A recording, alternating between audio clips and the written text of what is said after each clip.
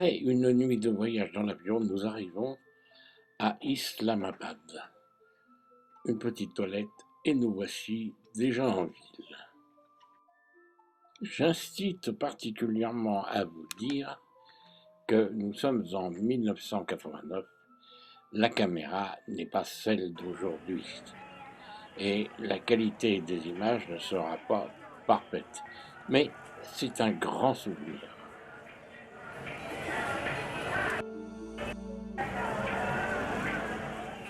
À cette époque, nous avions la possibilité de nous promener dans les rues de la ville, la capitale, sans crainte.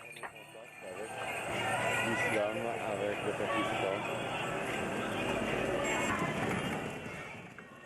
Nous rentrons rapidement en contact avec toute cette population, sans savoir parler, mais simplement par des sourires. Et la femme toute devant toi, tu la prends toute voilée de bras montés devant le visage.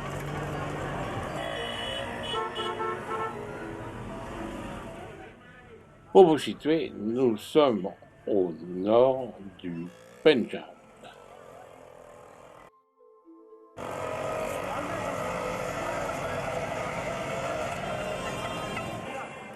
L'on estime à 700 000 le nombre des habitants.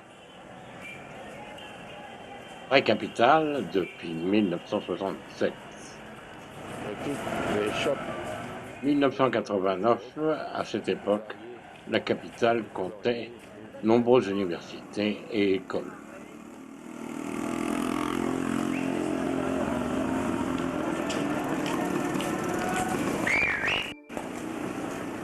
Islamabad, quand vous regardez son nom, ça veut dire tout simplement la ville de l'islam.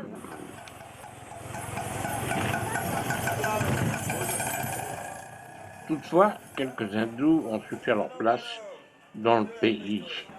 Les chrétiens vivent en bidonville et quelques sikhs, environ 300 000, vivent aussi au Pakistan. Cette ville est aussi une des capitales de production de la chaussure avec la firme Bata, ainsi que très puissant dans le textile. Comme vous pouvez en juger, avec tous ces étalages. Et là, vous êtes dans le quartier des bijoutiers.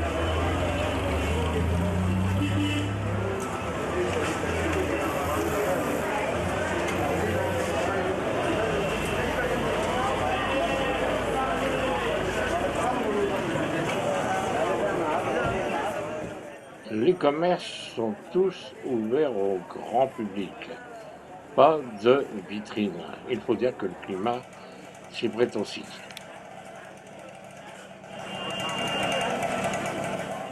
Par contre, en saison de la mousson, il faut dire que les rues sont inondées.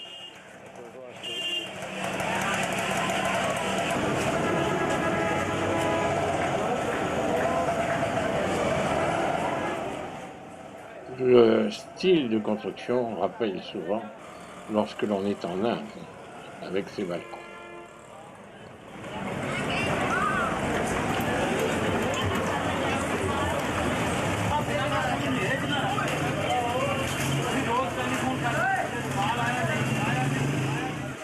Au Pakistan et dans cette ville, l'artisanat profuse. Les couleurs, regarde.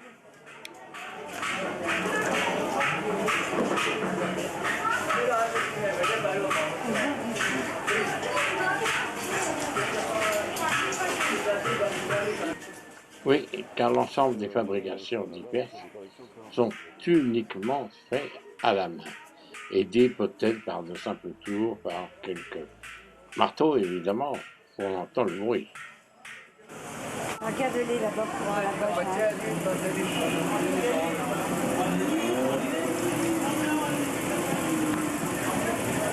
Tu veux pas?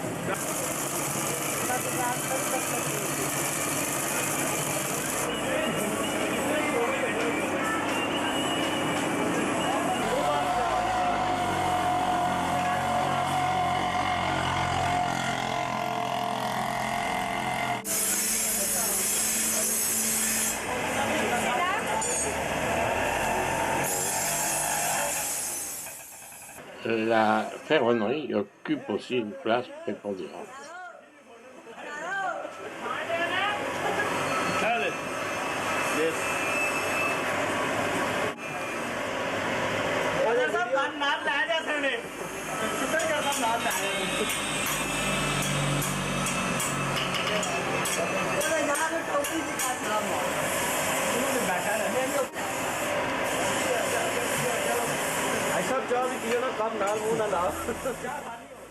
Par contre, un peu plus loin, on va changer, ce sont les ventilateurs.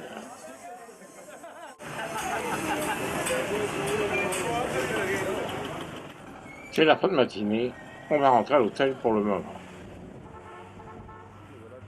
Mitoyen avec Islamabad, Rawalpindi vous offre la possibilité de voir l'une des plus grandes mosquées du monde, créée par le roi Faisal et financée.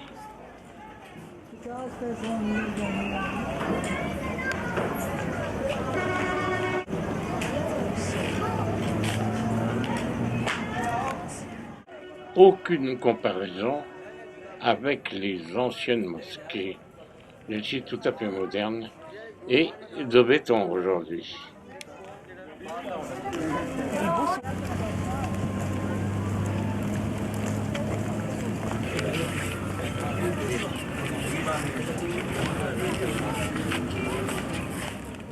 Même à la mosquée, il ne faut pas se laisser aller.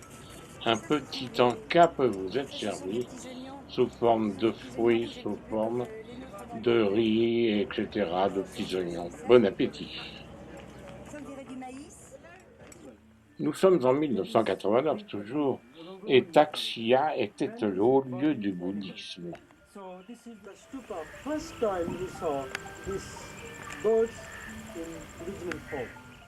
Ce lieu était à son apogée à 500 ans avant Jésus-Christ et 500 ans après, ce qui fait que pendant une période d'un millénaire, l'existence de Taxila fut importante.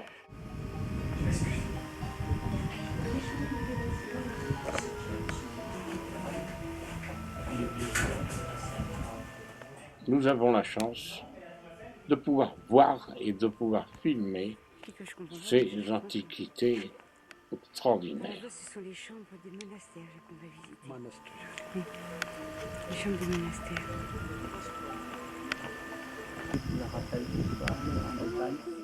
Sur l'ensemble du site, la nature a repris ses droits. Nous quittons Islamabad, nous le survolons, jetons un petit coup d'œil par la fenêtre.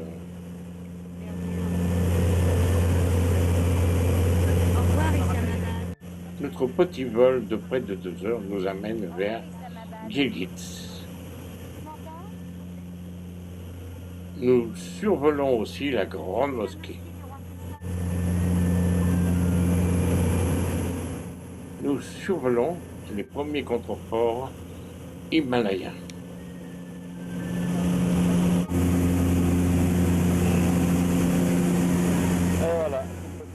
Petit avion, mais je vous assure bien rempli, parce qu'il n'est pas toujours facile d'avoir cet avion qui relie Gilgit.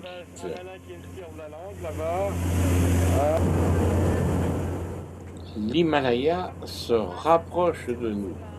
Nous avons parfois l'impression de voler entre les montagnes.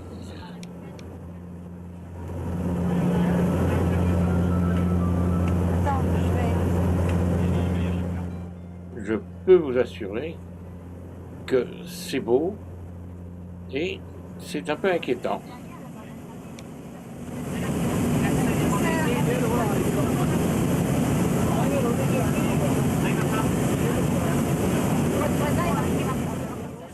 Dans son genre, un spectacle unique. C'est bon. Oui, ça va être bon. Ça y est.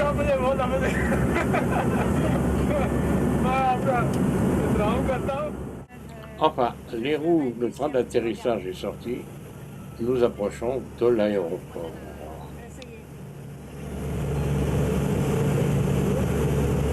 la piste elle est juste, la route, la piste est juste au bordure du fleuve. Bien arrivé à Gilgit, pas de temps à perdre, nous voici déjà en contact avec la population. Regardez, elle est déjà plus polie, c'est la sienne. La future de couteau et nous découvrons encore un autre monde. C'est ce quoi nous sommes en permanence à la recherche. Allons faire un tour même chez le coiffeur.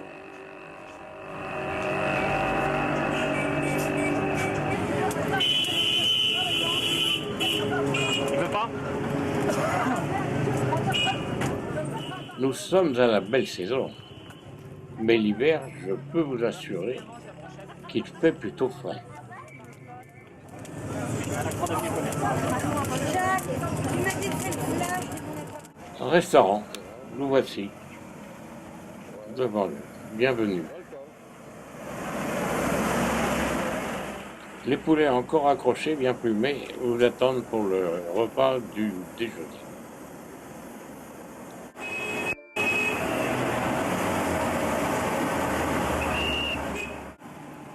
Quant au cuisinier, il surveille ses marmites. Mais il a un regard vers nous quand même, de curiosité. Là, vous pouvez manger délicieusement bien à votre idée.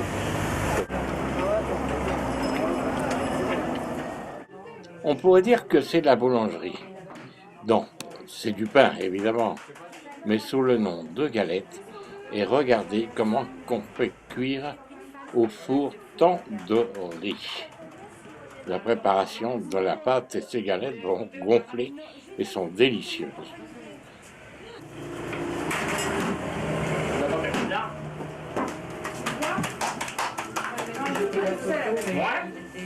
On va chercher des tomates et on mange des pizzas.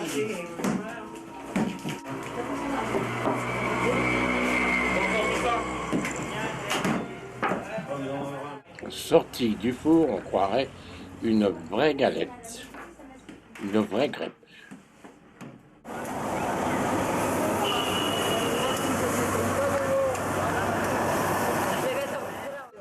Là, une boucherie tout à fait rustique. Quant à eux, les légumes, ils sont à profusion et très bons. Et pendant ce temps-là, dans les rues de Gilgit, l'armée défile.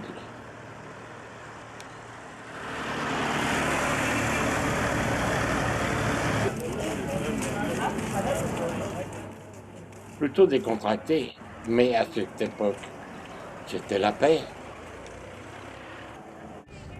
Pas de temps à perdre, nous voici repartis vers la vallée d'Unza, vers Gulmit.